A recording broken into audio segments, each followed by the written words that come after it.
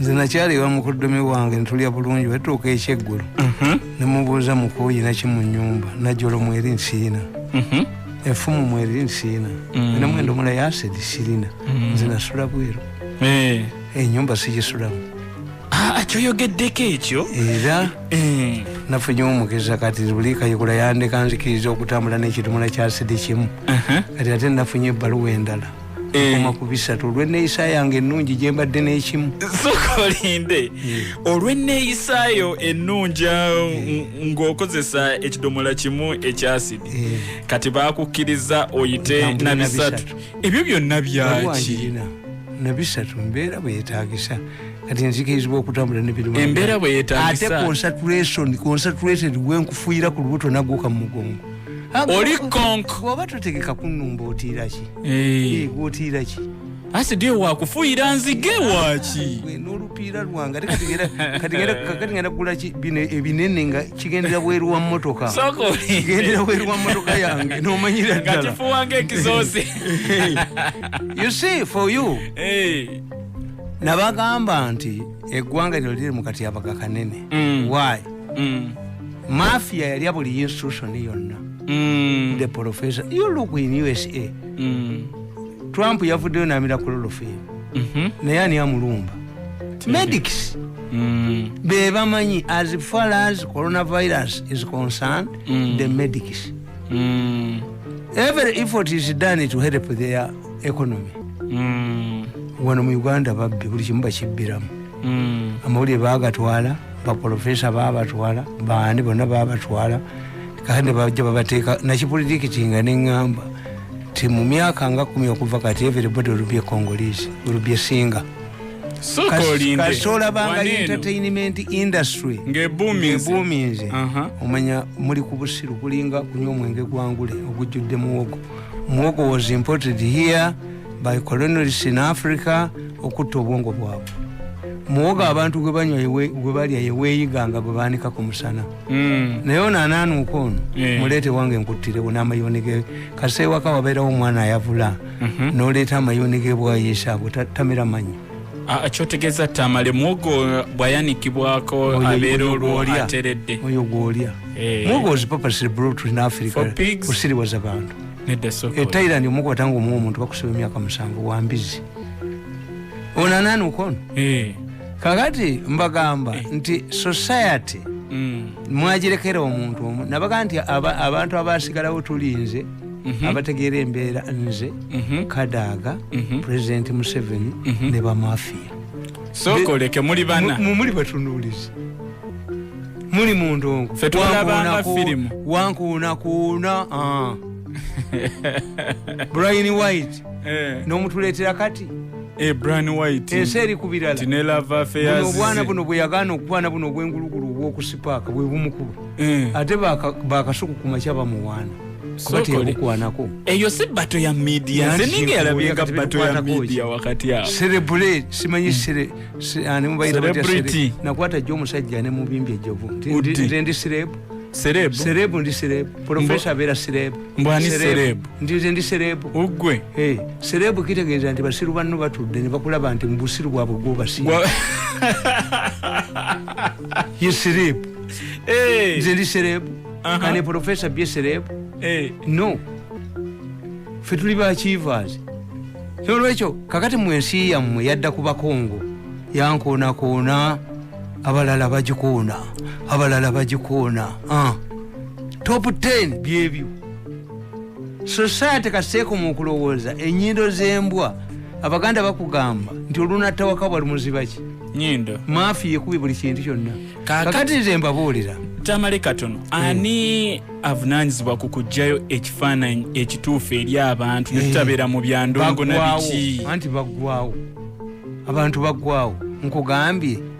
in Brazil a minister resigned. Why? As a medical doctor he could not accept okubeera ne president akkiriza akawuka kakata abantu katambule a medical doctor president jo yabakootingira nti abebigenge bajja ne bagenda at a distance mu bayigirizwa ba Yesu Luka yali medical doctor Luka yali musawo Luka yali musawo yali medical doctor yali muvubi wa byennyanja era enjiri ya Luka yanjawulo nnyo mu bali kivula bwomusiramu bamuga nti abasinze okusoma oba yabasooka mu ddiini obaani toleeta bugagga bunga omutwe musiru very important kakati mu intelligentsia abayivu bamwe bafukamira bamafiya balaga mu ssabo ti bannaddiini ate baafuuka kusamirira setaani kakati ensi neesigala bwetyo kati ani anaatereeza yanti kakati ffe twasigalawo batono nnyo era you cannot create another mirundi ekyo tekiriyo anti nze how can I be bakomentators bonna abali ku maledi abali ku ki agency b'abamafiya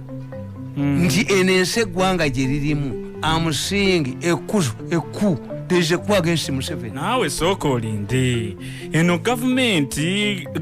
eno eriwo established kati ani asobola okuwamba Museveni kankubuulire tebakubuulyako tewasomako ku musajja gwe basanga mu kisenge kya Queen akwanibwa Queen owa Bungereza Queen yasanga omusajja mu kisenge kye nga tategedde gyayise kakati oyo omubenzi omuyita wakuzannya agamba nokwana Queen omukazi gwotakwanako omugamba otya nti yakugaana omukazi gwotakwanako naga nti yakugaana ate yaba yakugaana ki oba wali secret admirer kati ne gavumenti eringa mukazi waliwo abajjojjikwana nga bali bweru bali munda bali ate eno bano be bali mu Museveni yakola ensobi etya you cannot hold the power when the family expands okuja ko ngoli mukambwe nnyo amini yali bakinze ababe bennyini mu byafaayo tulina Emperor Nero mama we yekubana kumusuula namusala ku mutwe yasala ku nnyina omutwe Emperor Nero kasita family ekaziwa nga toli Idi Amin tosobola basala ku mitwe kuba kuba amasasi mu lujjudde gavumenti bagisuula ne bweba business bagisuula anti bano batya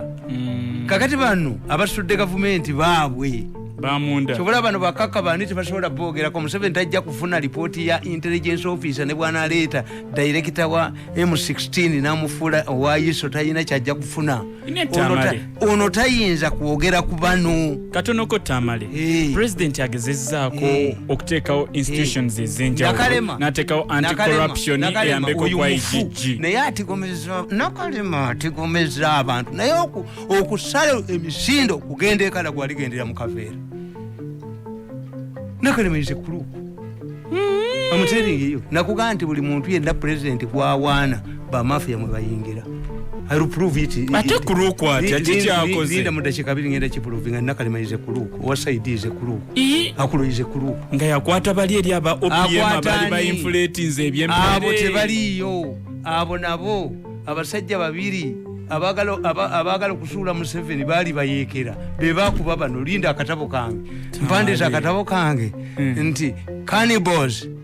in Lugudo cemetery temuka nti Lugunda cannibals in Lugudo cemetery omusajja ngamuyita Lugudo swaza Lugudo yabeerangawo yayina cemetery mwe baziika abantu naye abasizi bagizinda ne batandika kugiziniramu temugamba office ya prime minister omuyimu omudira nnyo ebintu byempandisa kati mugenda kuddira nswa za Lugudo muyite Lugudo kaliwo akatabo kalala kalala those two men were former rebels kasita president yabayita ne batula mu State House n'abaga nti njagala okuggalawo naye abantu b'omu Kampala bali aki ne bamubalira abajja n'okulya kiro bweziti ebyenya ekyo biki n'abaga nti mwetaaga ssente mekawo wennyini ngenda kuggalawo ne bamuga nti 59 billion kasita baafuluma ababiri ba former rebels abaagala obwa president ne bawamba bannaabwe ne babasibisa yes I have evidence I even have them on audio meetings up on audio two former rebels one of them wants to become a president agabya akawunga ewaabwe okukamalawo mwe mukaba kawunga yakagaba waabwe ayina ambitions obwa president so kolinde yes intelligence muzeita eyo yonna eyafa era waliwo ekiseera kati going forward our state itambulate waliwo ekiseera kyengenda okusabira muyiba gaziwulira bagamba nnyo nti kati kuwandibwa abayina kyagenda okukola mirundi n'atandika ne wabe wamulimbalimba aveewo kubanga byengenda okwogera mu maaso awo n'abiwulira eggwanga ligenda kutabuka maaso awo nira byengenda okwogera awo eggwanga ligenda kutabuka. Kakati kankubuulire nze bano abasajja nabalabirawo nenzija nga mbagoba ne bajja banneereekamu ne bannemwa because siri muntu wakuzanyazanya ebyo. Nabuuza omuntu nemugana naye kuba ntunuulira olaba nti ndi nnyo human being. If somebody aludde nange okumala ebbanga nantunuulira bwati weeyubula nange waliwo lwe netunuulira mundabiramu nebyenkola neisole yange nogandabika siyeze. Yes, at times I fear myself. Kakati nakugamba wano nti President Museveni batandika omupulaningira olugendo olumutwala mu 2009. Nenkugamba nti abasajja bano ebyo biri mu katabo kyako Invisible Hand nakawandika nakakafuluma emirundi mingi era bwe tuggulawo omuggalo ngenda kuddamu mbukubye bwonna kati weebuli. For the future will exonerate me dated 19th July 2012. Nabagamba this group wants to protect what they have looted and get another slot of eating more. Preoccupied by this fear of another person taking power who is not from their camp, they decided to take on the president. This is why the two groups emerged in government, one headed by Professor Bukenya and another one headed by Mbabas. However, these groups, apart from disagreeing on who should be president among themselves, they have no fundamental difference. This is why they all served under the Chogam Organizing Committee and nobody detected wrongdoing because their interests were protected. Group bbiri zajja mu government baali balowooza nti President Museveni mu 2016 baba mujjeko 86 gundi kuba Museveni nabagaa nti gundi yesinga obukulu Museveni is underestimated. Kati nebekutula mu group bbiri eya Bukenya neya Mbabazi ne batandikaho okulwanira ku kizigo. Ekyo tukiyita bipolar Russia na America. Gavumenti bo bejjamu babiri buli omu naafuna faction yeyiye naye nga baagiriyinga ono principle. Akakiiko ka Chogamu Bukenya yali chairman nga Kuteesa ye vice we nga Mbabazi kwali Otafiire yakaddukamu yanga nti muganda nga omanyi ndabye endusu eziwandagala kino mukwano gwe yakiteze ekitimba nzirusi. Otafiire is the only minister who sent there his junior Hope Mwesige yanga kino mukwano gwe yakiteze kino ate Hope Mwesige nga mukwano gwa Mbabazi nadduka naye bayomberayo abayomba bwe bagenda okubba sente za Chogamu bayomba tebayomba. Why? Division zaabwe zyali artificial.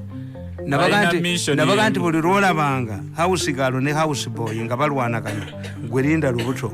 babalimba gwe. Nakugamba nti this media bafuna amawulire agakabushenga. This media only undermines the president because the two groups wrongly believe that they benefit from president's departure. They only differ on who should succeed him. Therefore, they both agree that the president should go. They are seeing his continued stay in power as a threat to their own survival. They wrongly believe that to protect their wealth, he should be sacrificed. Museveni's continued stay in power sends shivers to their spines. One, they know that their members are losing grip on the anti-corruption agencies like the IGG, Auditor General and the Parliament. This means that if Museveni goes beyond 2016, their wealth is in danger. Which bawamba ebitongole byonna buli Museveni nabaga nti mafia ya Uganda eringa omusajja omwenzi ku kyalo tawerekera bagenda kwogereza ye gumuleeta omugole gwakwana abo ndaba nakalema fake wasaidi fake bonna fake bano bakaka fake. So anti sibagezi kaka mugezi nnyo naye yawambibwa on arrival yali yakatuuka. It is not kaka who is wrong. The president is method of work. Aina kikola atya Trump president wa America asinkana director wa CIA every day nga temuli muntu nga bali babiri naye president buli wogenda omulaba nga befuula ba secretary befuula baki nga babeerawo. These are spies. Ate mwe temwina college muga nti muzeeyi njagala kukulaba batya kakati kakka naye owa intelligence ate naayita mu PPS amukufikisingira appointment. Inspector General wa police naye naayita mu muntu amufikisingira appointment. This cannot work. President ayogerezganya nabo direct. Ati bali badde balina kooti line naye ate banobera mu state house nga banoonyanze. Omanyi naye abatamwa n'abo abagagga babbye sente nyingi ate bamufeera ku bizibu byabwe. That's why he hides from them. Nti buli omwajjaje ne baabaana bo bakutamanga buli ajja baleeta bizibu buli ajja aleeta bizibu bobaboggolera dambe ondeke nange empumulemu. Kyobulaba nti omugagga tayomba na baana be.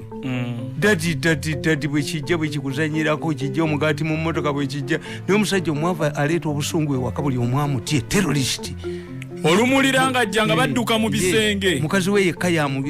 yamumanyi kuba naye ayina wamukwatira ayina peteroli awo n'ayogera polite. Kakati bano ababbi bateeka pulezidenti ku bunkenke ajje ku mbaga yange muzeeyi ennyumba yange bagitwala muzeeyi kakati naye kyakola abeekweka. Kati yeyo loophole nga balina kuyitira ate mu bano baba fixingire. Kakati gwe ekitegeeza nti bwembanga nze nkufikisingira appointment as PPS kitegeeza n'abantu bange bonna n'oyo omona mulekewo emyaka 2 naye ajja kubeera captured kubanga ate neewaabwe kati nabo omwerijeni yeewaabwe abateso nawo mulimu gurupu eyagala okufuga eggwanga mu bateso. Isitaani eyo kakati egamba anti abaganda bafu abaganda bali mu federo baggwawo. Kakati tribes endala zo zitegedde gaapu nti bw'aba agenda tutegeke naffe okwetegekera ani ajja. Yes, omwana omugezi wakanze nabaganda nalemesa olumbe lwa kitango okulwamya emyaka 11 paka lwe namala okufuna sente. Mugaba n'ebyapa nga nze mungobera bweru kukima mazzi. I have to sit on the Security Council. Okutuula ku lukiiko luli olusalawo ensonga nti obusika bwe mbunyima nze mumpe ennyumba y'egindi. Nawe n'oteekawo condition. Tubadde tukoze ensobi nti kati bwegenda gw'oli wa ku kyalo ojja kulabirira abantu gwewa abantu pirawo mu lumbe oko bamanye abaakuno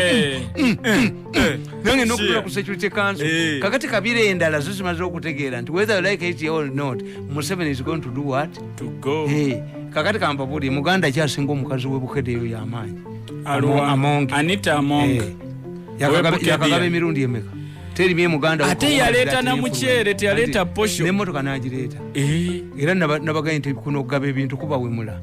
abaali bagaa nti hamu mwavu nti ekisaawe ekimulemi yasooka okuleeta $1,000,000 abalala ne bafuna geeki. Owokubiri gundi ono omuganda nge mugenyi eyakubwa amasannyalaze oyo ng'alwanyisa abaterrorisiti yaleese brand new gundi ne kampuni eyagundi kajina yali agikobye omusajja oyo gwolaba gwadalabe ku mugenyi nti kajina mulokole yali amuggyeko ekizimbe okukipangisa afe amasannyalaze gwe gakubira ku mulimu nti kajina mulokole. Some of these people are not balokole, they pretenders, they masqueraders. Kubanga bw'otuula mugenyi omuggyako oti ng'ate ogenda kupangisa walala siga nti ozimbye ekizimbe ekikyo naye Dots yawaddeyo sente mmeka ye kajina yakawaayo mmeka. Nawulidde ng'oli ayogera abaga nti bannange akasajja ka mirundi katusse mbadde nkyabonabona na emitwalo 6 gye nagaba e Rwanda kakati ate omusajja nnoonya kunsiba mugenda kuwulira ekiri mu ffumbiro. Kakati ekitamale katonoko kw'ensonga ogambye nti nno mu kiseera kino waliwo groups ezenjawulo kati zino z'amaagi nga Bukenya bwe bamugoba n'embaba zinaavaamu mafia n'ewamba bano babe bennyini kati bamunda ziri groups batasobola kukwatako. Era kankubuulire Pulezidenti mwamulabye lwaki yakomyewo ogwokubiri okiralifayinga. Buli muntu yabadde agayajja teyeetegese nedda jukira speech basooka ne bajongezayo nti wankeera ate olwamala najja bayoola ababbi bonna n'abayita mu State House. Kakati babba amasannyalaze ago gabatwala bwekyamubba mwabyemu luno ate amasannyalaze gansanyudde nnyo. Walikye ne tuli agenda bagamba kasita mutwogera ne mututwala mu kkomera twogera bani abagabadde mu mwana wange beboogera Museveni ajja kuwawo ekyo beboogera babe bennyini ab'omunda nobba n'amasannyalaze agagenda okuyamba Museveni okutupopularize nti omwana abbi olubengo omwana bwabbi olubengo kitegeeza ayagala mufe enjala omwana kasabuluke ngate munasererawo amasanyalaze which popularized the president yowali jimu mumubbira nago ne mugabba $50 million bawali kyebaga ne bayola ababbi nabano basaza amagezi nakalima yaganya okukwata abo lwaki yabaganya okubakwata wasaidi yaganya okubakwata anti nakalima situuji w'abano bano abeekwese Museveni baatalaba kakati bwe bajja yabayola atuula nabo mulumu ababuuza ani mubbe yabatwala nawe bali awo ajja okwogera nga bali mu kisenga abagaliddemu n'ekisumuluzo akirina babbi yabayola n'abagalya mu State House kati ajja ku leediyo okwogera nga abagaliddemu n'omunyo n'ekisumuluzo yajja nakyo ye yajja munyiivu nnyo amasanyalaze gamulumye nnyo Nakalema agenda akula agenda ono minisita agenda ate bano bagundi era abayambi bayinza okubatta anti wali ki netuli agenda kubanga baba bali bagala kukwata MD as this woman akulolo is it does baba mugamba okukwata omulala akuba kabushenga yakubiddwa nekulubya n'obujoze bwabwe ate bo bayingirirawo mu byamasanyalaze kabushenga ku luno yakaluzinga kilo 15 sokolinda ate nga zigenzewa kabushenga weddewo yakoze ekimu eno period yabaddemu nga yabikuba gurupu eri emu syndicate bakuba syndicate ye yalina amawulire ono omukazi w'omukampala oyo namugwanyi tawolebwa sente kati minisita wa Kampala tomuwola sente ate ye yabiyingiddemu atya anti bamukozesa mu baasi n'azirya sente ne kawujjo n'engalabiye ziri baasi kitakabaali bamujjawo bateekewo omulala bagambako nti endagaano ye nti biliyoni 6 buli mwezi bali biliyoni 6 ku baasi zaani abasajja bagambye ku luno katwankulira omusajja ono tiotusibira bwerere bantu bo kakati bwamala bayogedde yabagaliramu n'agenda asoma ekiwandiiko nga bali munda ekisumuluzo akirina n'addayo kati bano mulimu eyali ayingidde n'essimu akubira munne ndibatuyina omusajja atuyina omu yagambye bukya tukaaba amazika ku luno yatukaabizza omusaala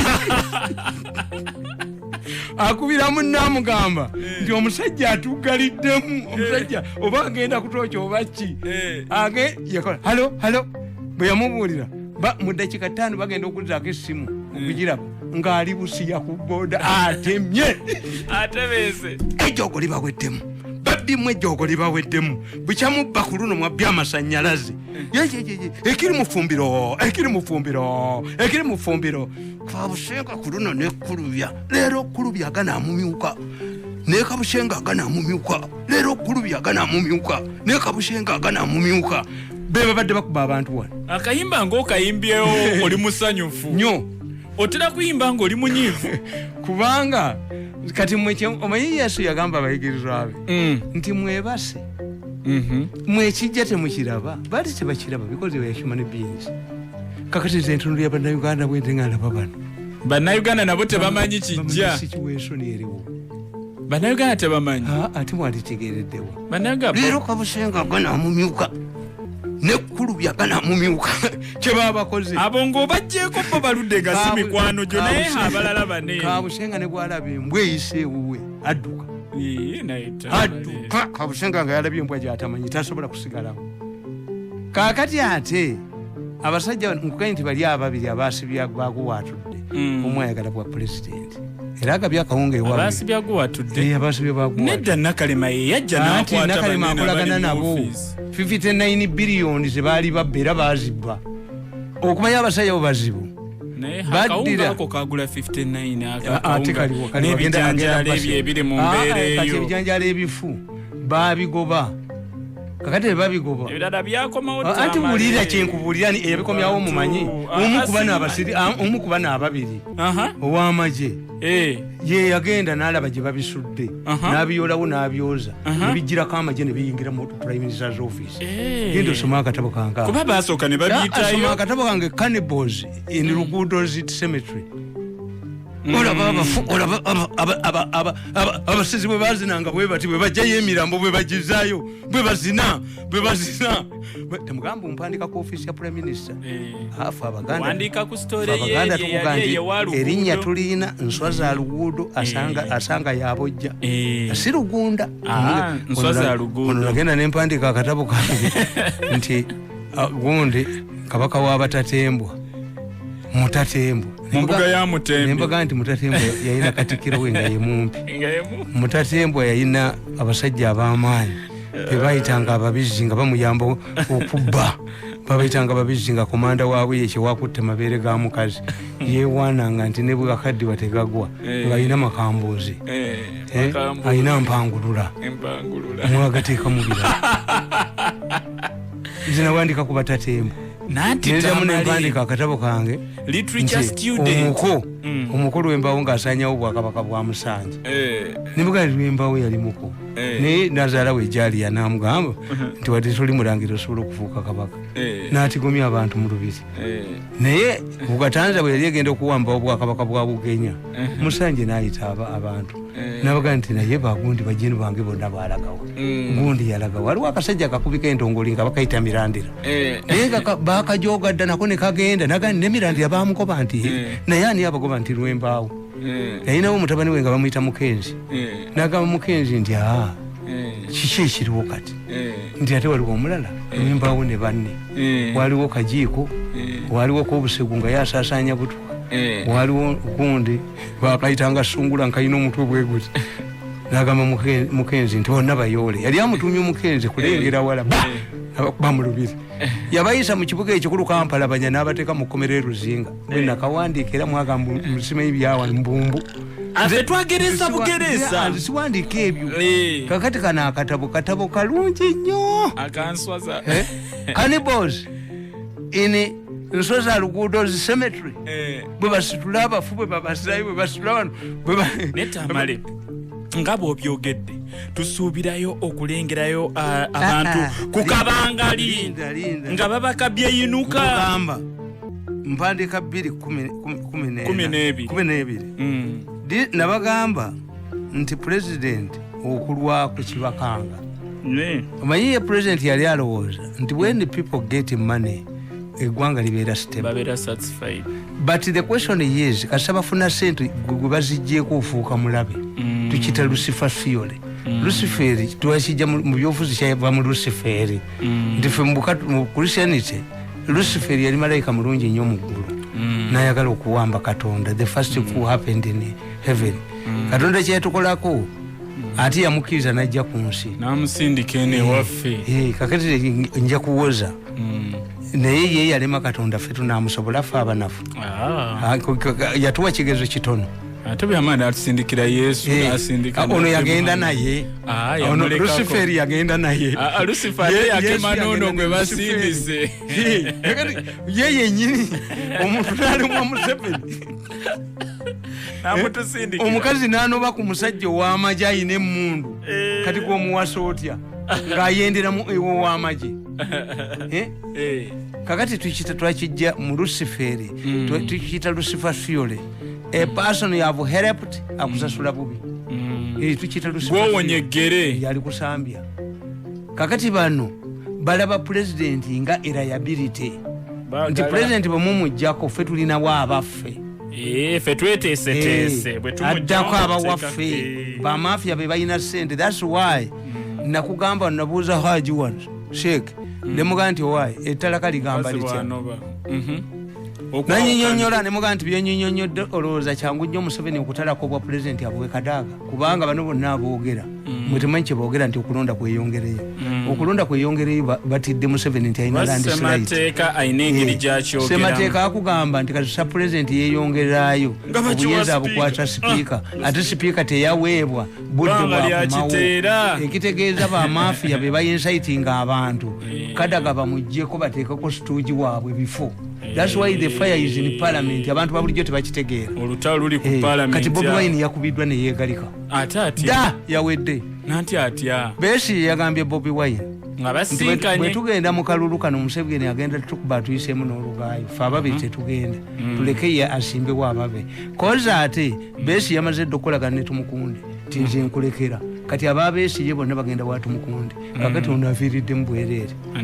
era bamuyise yekka ne mukazi we bazze bokka naye nedda Bobi Wine mulamanga kubya abaana b'abana mu migo bana kisaana abantu badduse ku bantu wano yes naye yakiriza proposal ya gundi nkubuulidde yakiriza proposal ya Besigye ye has retired honorably the coming of Tumukunde onalekedde ono amuliyati yamumma obuyinza gurupu yemu naye musajja gwe Bobi Wine ekyadde kikutwalayo kyadde ki agenda ne mukazi we tagenda n'abantu bakwate ekifudde ekyabwe mbu kati fena tetujja kwesimbawo that is stupidity let me tell you nebye bateeseza nebwe babanga president akkiriza abantu kuba campaign as it is emmali bakola batya South Korea bakola batya ne Burundi babadde obanga ogole yagamba nti Besigye asobola okuyimirirawo ng'ali mu kkomera what's the situation now tuli mu lockdown liringa komera Besigye amulaga ate no bakuttire ku bingi amenvu nalabye menvu nakabalagala agenze naye omukazi ye bamutwala dda nedda mukomyogo this is okubisanga abaana b'abannamwe ne mubakubisa tiya gas mwene muli kamujuvuna ne mubazanyirako omukazi yakuba omukazi yakuba omusajja oluyi yamutigaatiga ate n'alemu emikolo soko olinde omukazi kwe kumenya ekikondo kyekirana bana was acquitted gwali otiga waaki n'omuteeka mu mmudu n'ogamba omusajja terera kuba essasi essasi ligana okufuluma akutta kuba nawe obadde omugamba naye ate Mugisha muntu waneeno nga tomutaddewo mugambye bali si Mugisha muntu Tumukunde gwe baleese kati Besigye salendade Tumukunde nono ne bamutwalira ye Mugisha muntu agenda kujja let me tell you kamba buli ekyokulabirako waneka ekasubi omuvuka we FDC yewandiisa omuvuka omulala mwerabidde yali mwana muto mu City Council kayita sente zenyingi babbye n'agenda amugula emiliyoni aga 2 nti gwegenda ne bagenda mu electoral commission after gundi nga bamaze okuba obupapula n'agenda mu electoral commission navaamu nga tebasobola musazaamu ballot paper zamala dokubwa do you know nti balonda kisumuluzo batikinga nga kisumuluzo weevu yaliwo ya kisumuluzo yes why does Besigye fear now nti balonda kisumuluzo because you are not new but waliddemu Bobi Wine basajja babala why they have the money nabaga nti lwaki abasiramu basakisidinga mu business ne kitata nafuga boda Katongole nafuga gundi Christian yaliwo Katongole mu wino tozane mugana nkakoza musiramu oyo wenna kasera why one nti batandika business nga bato 2 teri musiramu ali mu mpeka ataina deal dene where people meet 3 kitata yakolanga duwe uwe era nga Sheikh akoza bebajja which means in Islam an educated person can compensate upgrade his education by interacting with educated ones Christianity techirina deliver ne popo simanyani ebyo exclusive life so there is no way they can percolate their knowledge to the local gundi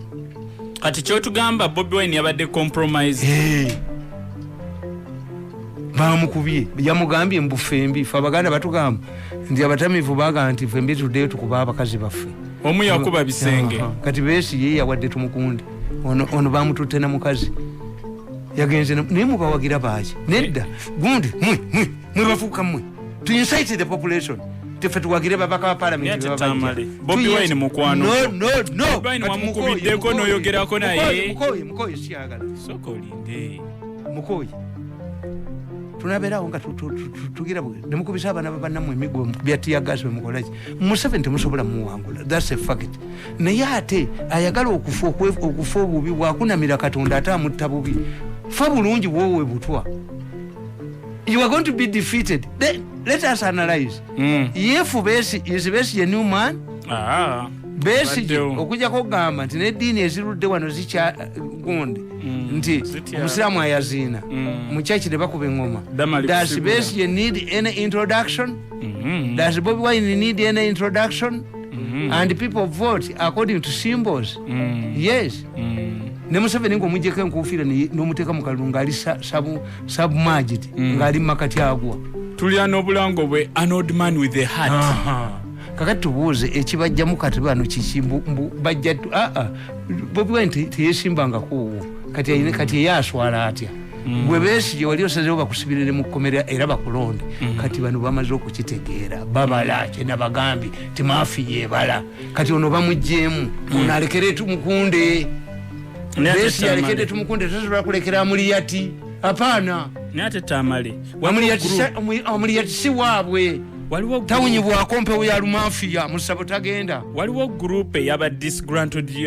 Ugandans ezenge ekula from 1 million 2 million 3 million 4 million yo enegenda ne decision yabali bwe balowooza nabagamba Besigye nti lwaki mu nnyanja temubeeramu stage y'amaato vugako mayiro 4 tucyo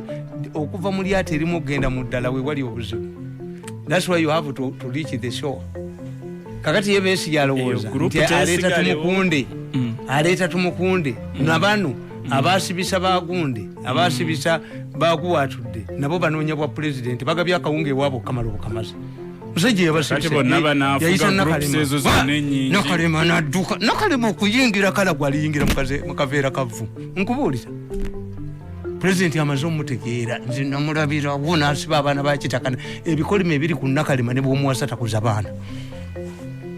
Netama group eno eyaba disgruntled tebuukire omuntu ate kakati bakitwala for granted bano kyebakoze.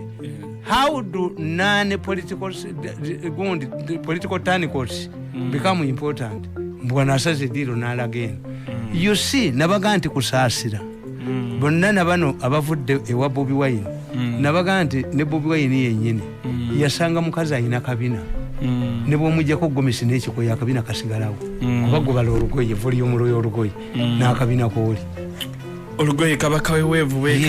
kakati abo Bobi Wine bajja kufa obina abaana baabwe because this group gwe bakugulanga ovaako Besigye kati yalese tumukunde avaawo asigira honorable kakati yoona agenze ngambwa eri group. That's why I tell you nti people change, society changes between 40 years and 50,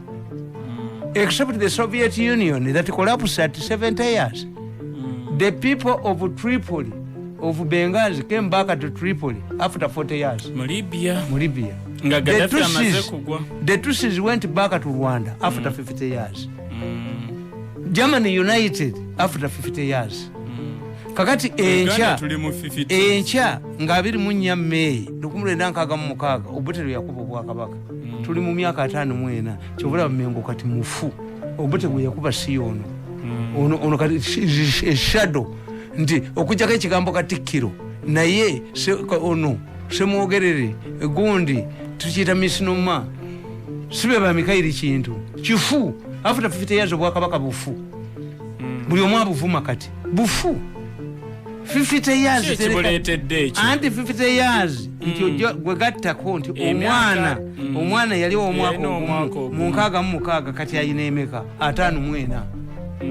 kakati ate yali ow'ekyenda ayina emeka mufu kubanga yali badde wa 10 Beni Kiwanuka yali wa 39 yali abasinga obukulu Obote 37 Mutesa 36 kati bagattire ka 5